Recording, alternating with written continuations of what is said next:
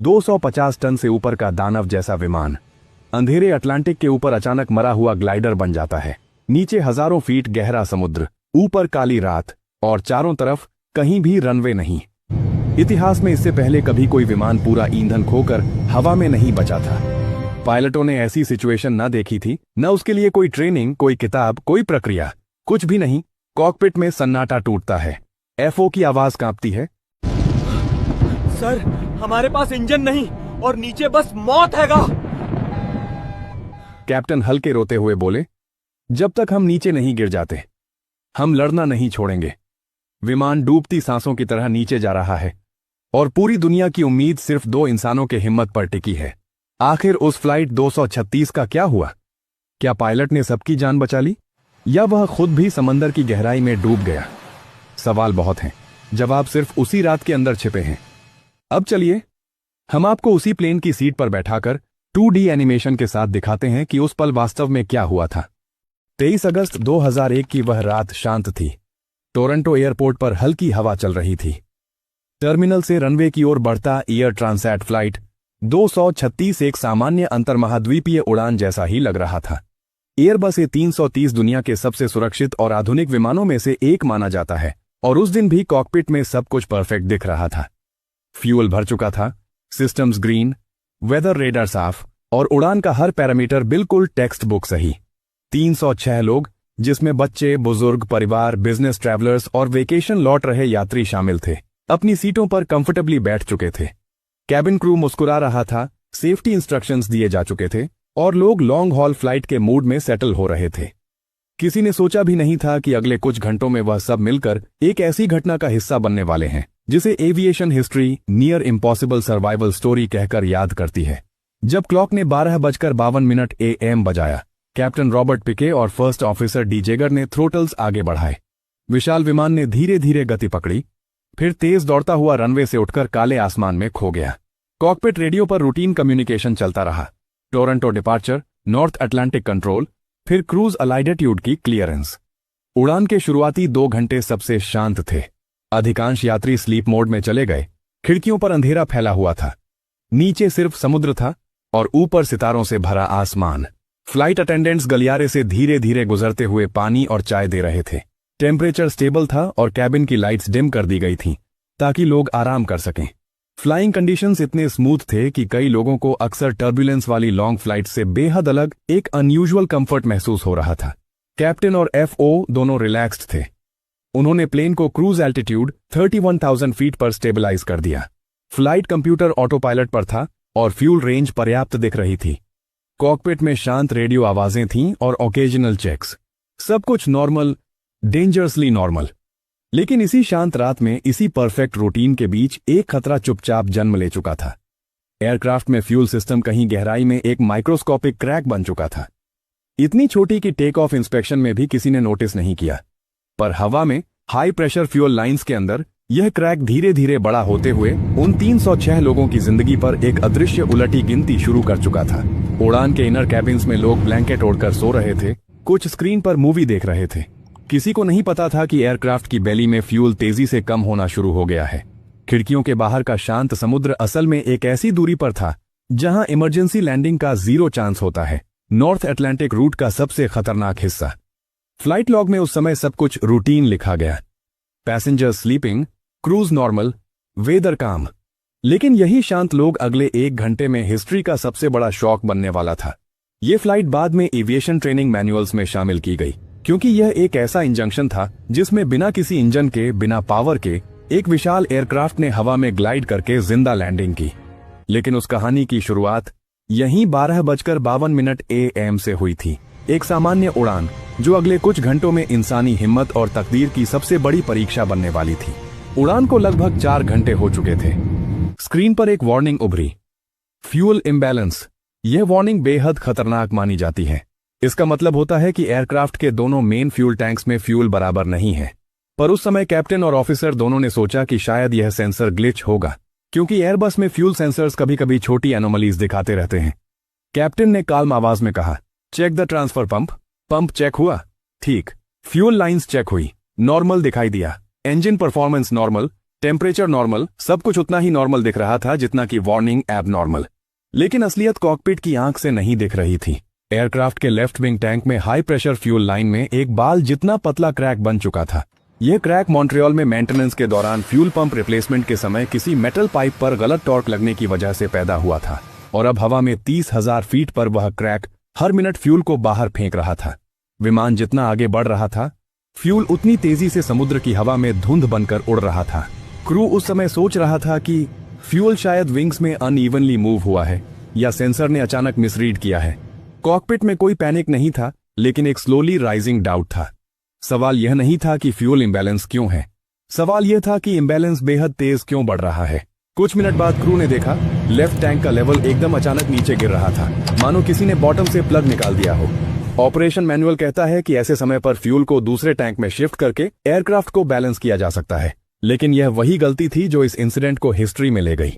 Captain ने imbalance ठीक करने के लिए फ्यूल क्रॉसफीड वाल्व खोलने का आदेश दिया। जैसे ही वाल्व खुला, राइट टैंक का फ्यूल भी लेफ्ट की तरफ फ्लो होने लगा और वहां से लीक होकर बाहर हवा में जाने लगा। मतलब जिस टैंक से लीक हो रहा था, अब दूसरे टैंक का फ्यूल भी उसी क्रैक से बाहर निकलने लगा। इस एक वाल्व ओपनिंग ने पूरा एयरप्लेन दोनों तरफ से टैंक खाली करने वाली मशीन में बदल दिया। कॉकपिट को नजर आ रहा था कि दोनों टैंक्स तेजी से खाली हो रहे थे, लेकिन कॉकपिट को क्रैक दिखाई नहीं दे सकता था, क्योंकि यह लीक फिजिकल इंस्पेक्शन के बिना पता ही नहीं चलता। अब कैप्टन और एफओ दोनों कंफ्यूजन में थे। किसी सेंसर इश्यू में फ्यूल इतना तेज कैसे गिर सकता है? हाइड्रोलिक प्रेशर नॉर्मल है, टेम्परेचर नॉर्मल, फिर फ्यूल इतने रैपिड पेस से कैसे इवेपोरेट हो रहा है?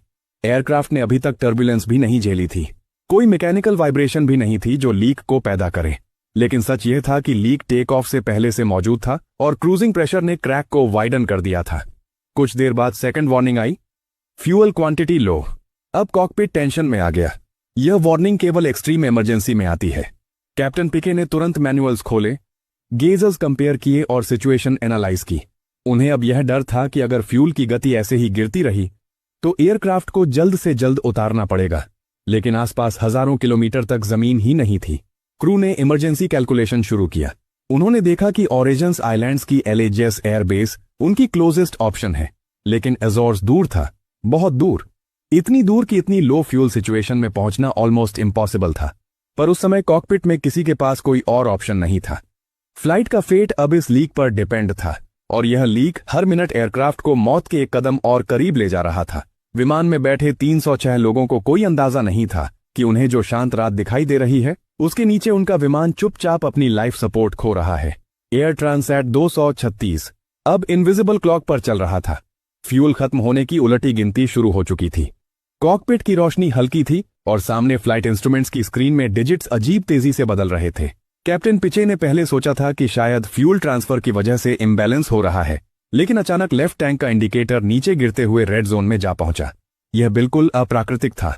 इस स्पीड से फ्यूल कभी नहीं गिरता जब तक कि कोई गंभीर लीक ना हो।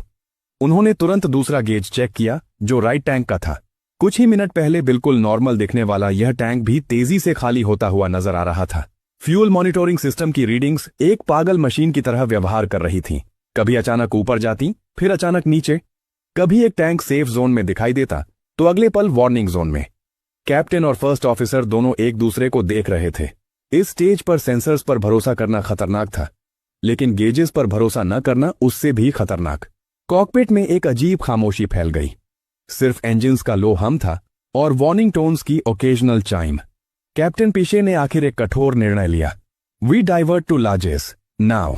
लाजेस एयरबेस एजोर्स आइलैंड्स की मिलिट्री रनवे, अटलांटिक ओशन के बीचों बीच एक पतली सी जमीन की पट्टी, सबसे नजदीकी और एकमात्र विकल्प।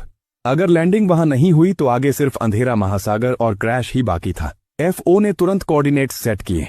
एयरबस अब ईस्ट से साउथ ईस्ट डायरेक्शन में मुड़ रहा था, लेकिन एयरक्राफ्ट टर्न लेते ही कॉकपिट में अचानक वाइब्रेशन महसूस हुई। ये टर्बुलेंस नहीं थी, ये एयरक्राफ्ट के इम्बैलेंस होने की वार्निंग थी। दोनों विंग्स के फ्यूल लेवल्स इतने असमान हो चुके थे कि प्लेन कंट्रोल डिमांड कर रहा था। एफओ ने अर्जेंटली कहा, captain, we are losing fuel on both sides. This is not imbalance, this is leakage. यह बात किसी हथियार की तरह कॉकपिट में गूंज गई। लीकेज का मतलब सिर्फ एक चीज था, विमान किसी भी क्षण अपनी शक्ति खो सकता था। कैप्टन ने तुरंत कैलकुलेशंस की। Fuel remaining, distance to Azores, engine performance, glide possibility, और कंक्लूजन सिर्फ एक था। विमान के पास उतने फ्यूल नहीं थे कि वह एजोर्स तक पहुंच सके। वार्निंग लाइट्स लगातार ब्लिंक कर रही थीं। पैसेंजर्स अभी भी अनअवेयर थे, अपनी सीटों पर सोए या फिल्में देखते हुए। एयरक्राफ्ट की स्पीड धीरे धीरे ड्रॉप होने लगी थी और एल्टीट्यूड भी कुछ फीट कम हो रही थी। कैप्टन ने कंट्रोल मैनुअल मोड में ले लिए। बाहर रात काली थी, अंदर कॉकपिट के इंस्ट्रूमेंट्स लाल हो रहे थे। हर वार्निंग टोन दुनिया का सबसे डरावना अलार्म था, और इसी क्रिटिकल स्थिति में एजोर्स अभी भी 120 किलोमीटर दूर थे। कैप्टन ने सोचा, अगर इंजिन्स एक एक करके गए और अगर हाइड्रोलिक्स भी चले गए तो हमें दुनिया का सबसे बड़ा ग्लाइडर बनकर इस काले समंदर के ऊपर उतरना होगा। लेकिन तब तक बहुत देर हो चुकी थी। फ्यूल पड़ने का कोई फायदा नहीं था, फ्यूल था ही नहीं।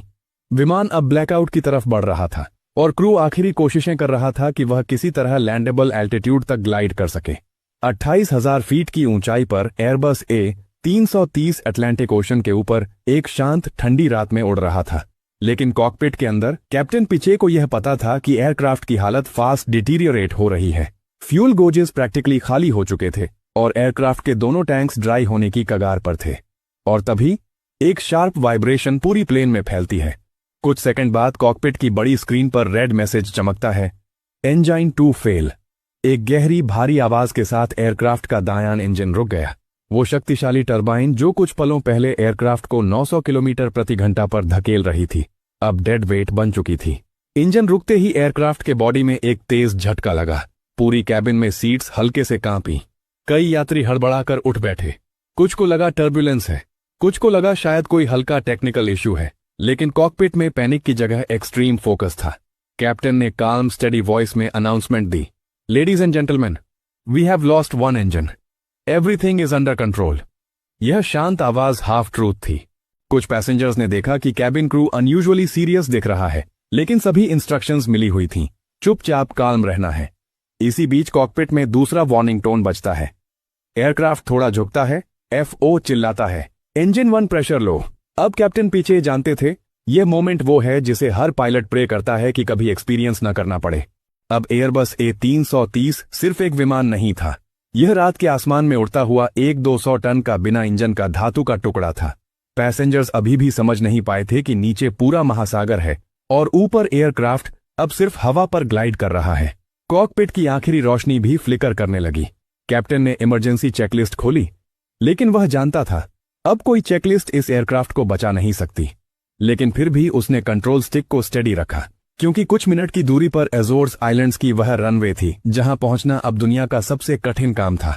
बैटरीज पर चलने वाली कुछ लाल लाइटें बस चमक रही थीं, मानो एयरक्राफ्ट अपनी आखिरी सांसें ले रहा हो। कैबिन के अंदर भी सब कुछ बदल चुका था। एयर कंडीशनिंग बंद, कैबिन लाइट्स डिम से भी डिमर, फैंस, हम, नॉर्मल एयरक्राफ्ट साउंड्स, सब एकदम डेड।